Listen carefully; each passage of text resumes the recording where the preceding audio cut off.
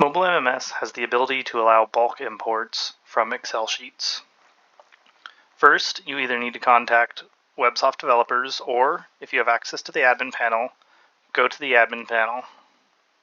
Find the form that you would like to enable bulk uploads for, and ensure that default bulk upload is switched to yes. Once done, you want to navigate to your grid. In the grid, select the form that you would like to upload your documents to.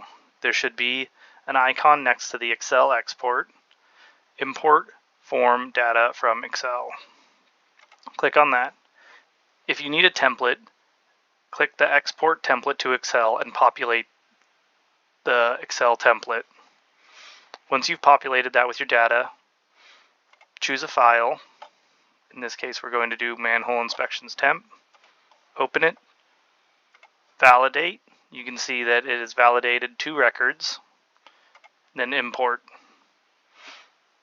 As you can see, the 2 new test records here have populated.